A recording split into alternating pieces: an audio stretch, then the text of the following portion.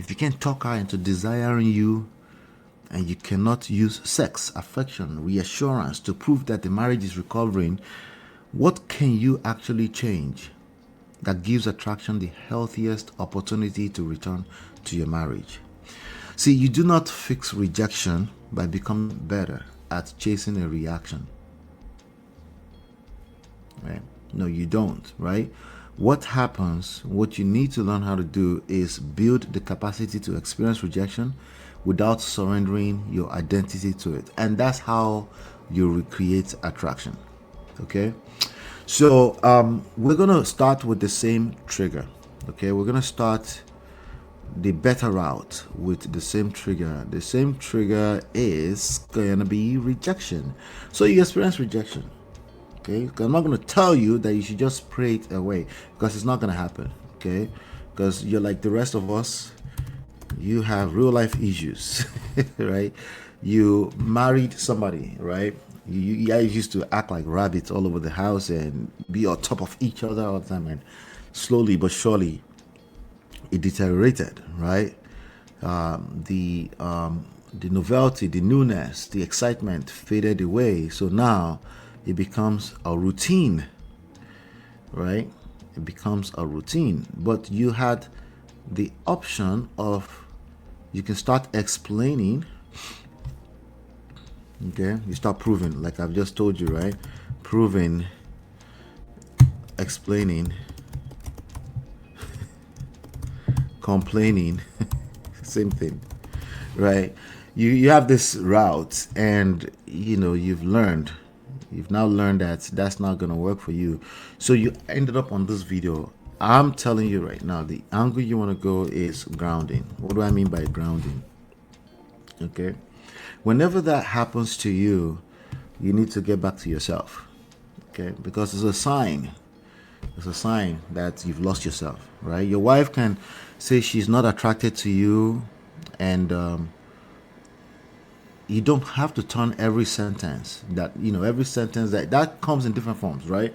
You don't have to turn those like, I love you, I don't love you, I need some space, I need to find myself, I need to work on myself, I'm fasting, I'm praying, whatever excuses she's giving, all those, instead of that becoming the verdict of your worth, right? You go back to your masculinity, because you have it. But sometimes it gets suppressed because of life events, because of life is just happening, right? You want to go back to your masculinity. You want to go back to your future. You want to go back to the overall picture. You don't want one sentence, one statement to become the verdict over your worth, your masculinity, your marriage, your future, your life. Actually, more so your life, right? So, and grounding means you return from panic into your higher self. Okay, you return to gratitude. Grounding and gratitude is the first core pillar of our framework here, right? GPS. The G stands for grounding with gratitude, with God, right? It means going back to yourself. It means taking control of the things that you actually have control of and letting go of the things you don't have control of, right? Including the other human being, your wife. Let go. It doesn't have to be a permanent decision. Just let go. It's just for that moment, right? As opposed to whatever Dave said to become the verdict on what you're worth. And that's what most people do. That rejection breeds obsession. You feel less than yourself. Okay? Right? Now, this is not pretending that the rejection feels good, because it doesn't. Rejection feels like rejection. It feels terrible, right? But you're refusing to let that pain make your decision. And you're refusing to feed a toxic, addictive cycle. Because once they realize that they can actually say no, and it makes you feel some type of way, they can actually get addicted into the painful realization that, oh my God, I hate neediness, right? As opposed to them also taking the bulls by the horn and realizing this is a marriage. But hey, we're not going to count on that. You're going to control what you can control, right? Which is back off, right? Have some self-respect. So from grounding, you can navigate your way into purpose. Okay, let's put that on the board. All right.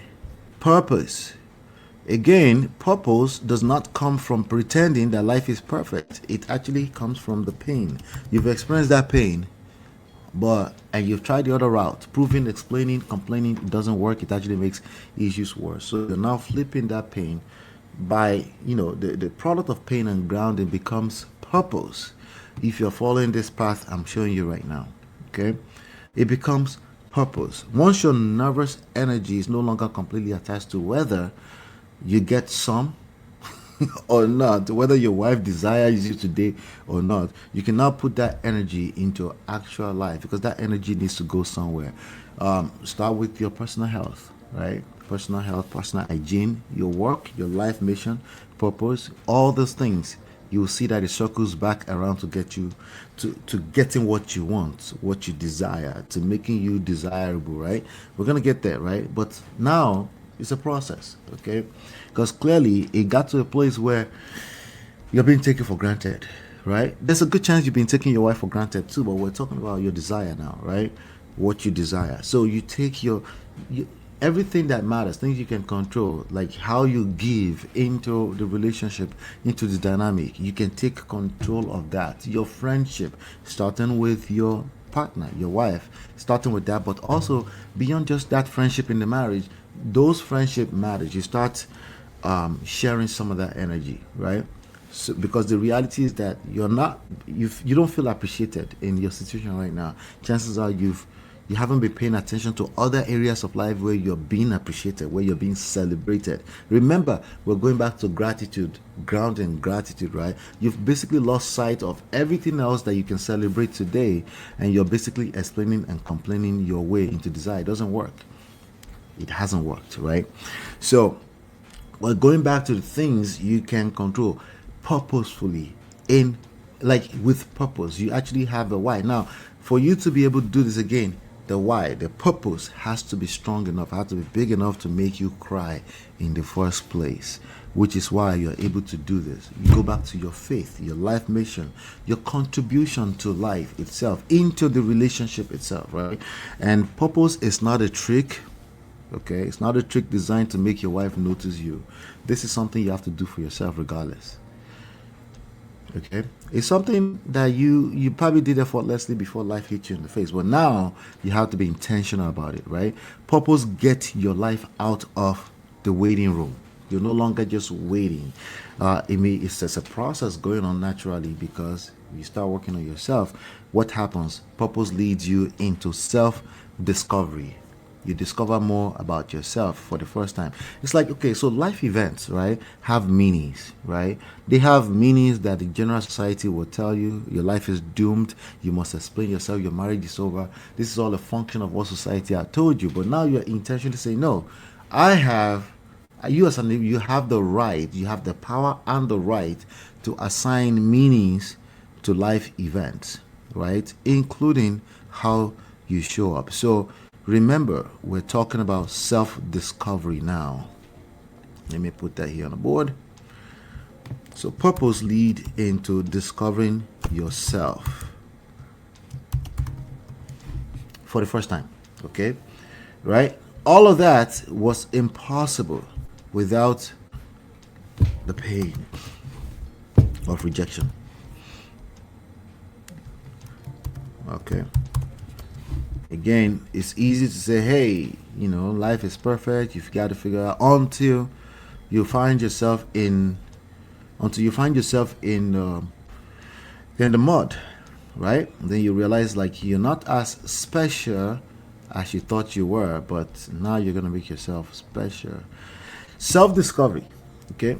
Self-discovery is a beautiful part of the process, because now you ask better questions about yourself as opposed to the questions being about the other person. How come she doesn't do this? How come she does? What happens inside you when you feel sexually rejected, right? It makes you start asking questions, like you're obsessed about the other person's mood, right?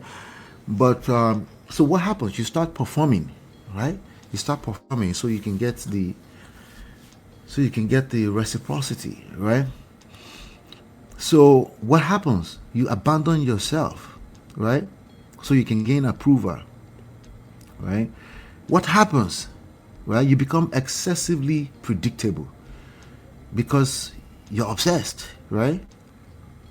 So what happened? you start thinking that you're pursuing, but what you're doing is everything is being driven by the fear of losing, of missing out, right? So for the first time, you're discovering your capacity. You're discovering, because you're going through this process, you're discovering that actually you are, you can create sustainability on your own, which makes you more desirable, by the way. Okay, what happens?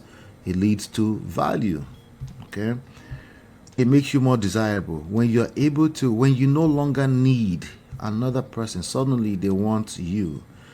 It's kind of weird, but not really. That's just